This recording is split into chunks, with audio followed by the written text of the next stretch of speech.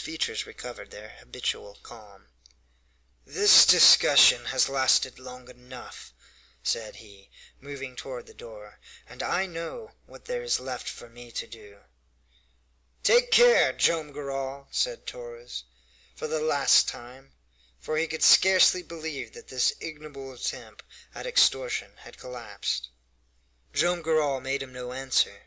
He threw back the door which opened under the veranda, made a sign to Torres to follow him, and they advanced toward the center of the jangada, where the family were assembled. Benito, Manuel, and all of them, under a feeling of deep anxiety, had risen. They could see that the bearing of Torres was still menacing, and that the fire of anger still shone in his eyes. In extraordinary contrast, Joam Garral was master of himself, and almost smiling. Both of them stopped before Yaquita and her people. Not one dared to say a word to them. It was Torres who, in a hollow voice, and with his customary impudence, broke the painful silence. "For the last time, Joam Garral," he said, "I ask you for a last reply. And here is my reply." And addressing his wife, "Yaquita," he said, "peculiar circumstances oblige me to alter what we have formerly decided as to the marriage of Mina and Manuel." "At last!" exclaimed Torres. Joam Garral, without answering him, shot at the adventurer a glance of the deepest scorn. But at the words Manuel had felt his heart beat as if it would break. The girl arose, ashy pale, as if she would seek shelter by the side of her mother. Yaquita opened her arms to protect, to defend her. "Father," said Benito, who had placed himself between Joam Garral and Torres, "what were you going to say?" "I was going to say," answered Joam Garral, raising his voice, "that to wait for our arrival in Para for the wedding of Mina and Manuel is to wait too long. The marriage will take place here no later than tomorrow, and the jangada, with the aid of Padre Passanha, if, after a conversation I am about to have with Manuel, he agrees with me to defer it no longer." "Ah, father, father!" exclaimed the young man. "Wait a little before you call me so, Manuel," replied Joam, in a tone of unspeakable suffering.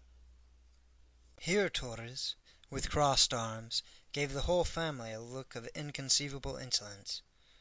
"So that is your last word," said he, extending his hand toward Joam Garral.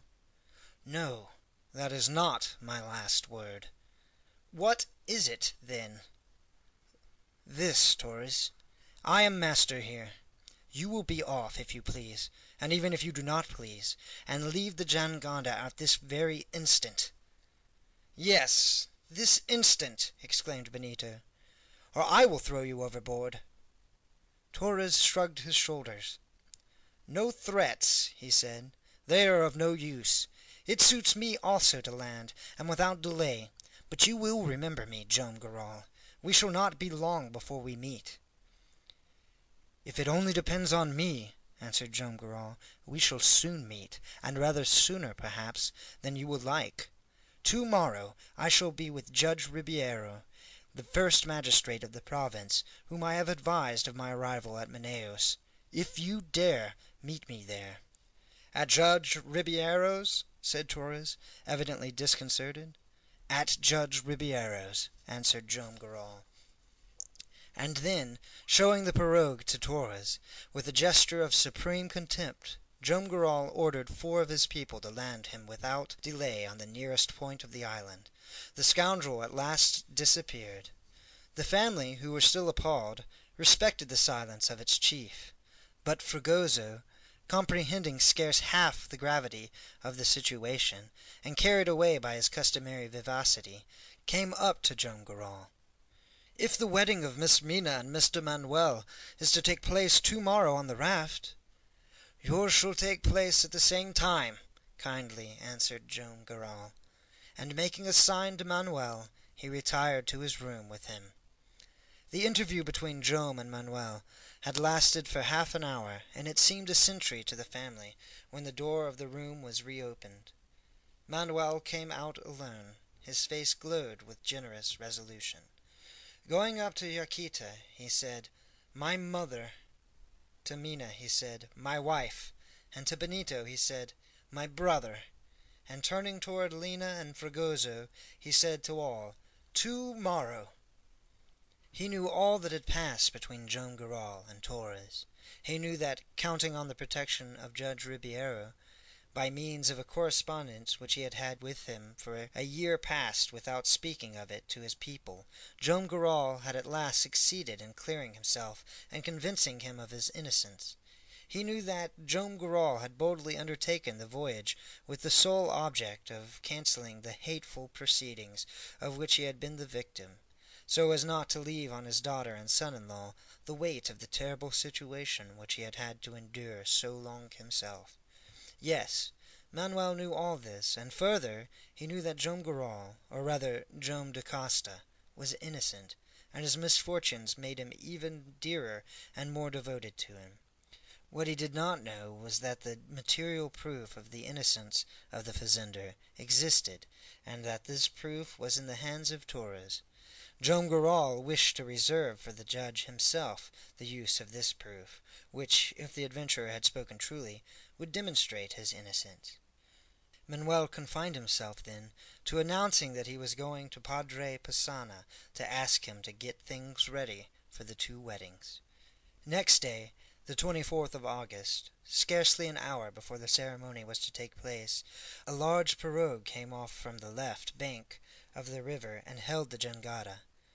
A dozen paddlers had swiftly brought it from Manaos, and with a few men it carried the chief of the police, who made himself known and came on board. At the moment, Joam Garral and his family, attired for the ceremony, were coming out of the house. "Joam Garral?" asked the chief of the police. "I am here," replied Joam. "Joam Garral," continued the chief of the police. "You have also been Joam da Costa. Both names have been borne by the same man. I arrest you." At these words Yaquita and Mina, struck with stupor, stopped without any power to move. "My father a murderer!" exclaimed Benito, rushing toward Joam Garral. By a gesture his father silenced him. "I will only ask you one question," said Joam with a firm voice, addressing the chief of police. "Has the warrant in virtue of which you arrest me been issued against me by the justice at Manaos, by Judge Ribeiro?" "No," answered the chief of the police. "It was given to me, with an order for its immediate execution, by his substitute. Judge Ribeiro was struck with apoplexy yesterday evening, and died during the night at 2 o'clock without having recovered his consciousness." "Dead!" exclaimed Joam Garral, crushed for a moment by the news. "Dead! Dead!" But soon, raising his head, he said to his wife and children, "Judge Ribeiro alone knew that I was innocent, my dear ones. The death of the judge may be fatal to me, but that is no reason for me to despair." And turning toward Manuel, "Heaven help us," he said to him. "We shall see if the truth will come down to the earth from above." The chief of the police made a sign to his men, who advanced to secure Joam Garral. "But speak, father!" shouted Benito, mad with despair. "Say one word, and we shall contest, even by force, this horrible mistake of which you are the victim." "There is no mistake here, my son," replied Joam Garral. "Joam da Costa and Joam Garral are one. I am in truth Joam da Costa. I am the honest man whom a legal error unjustly doomed to death 25 years ago in the place of the true culprit. That I am quite innocent I swear before heaven, once for all, on your heads, my children, and on the head of your mother." "All communication between you and yours is now forbidden," said the chief of the police. "You are my prisoner, Joam Garral, and I will rigorously execute my warrant." Joam restrained by a gesture his dismayed children and servants. "Let the justice of man be done while we wait for the justice of God." And with his head unbent, he stepped into the pirogue. It seemed, indeed, as though of all present Joam Garral was the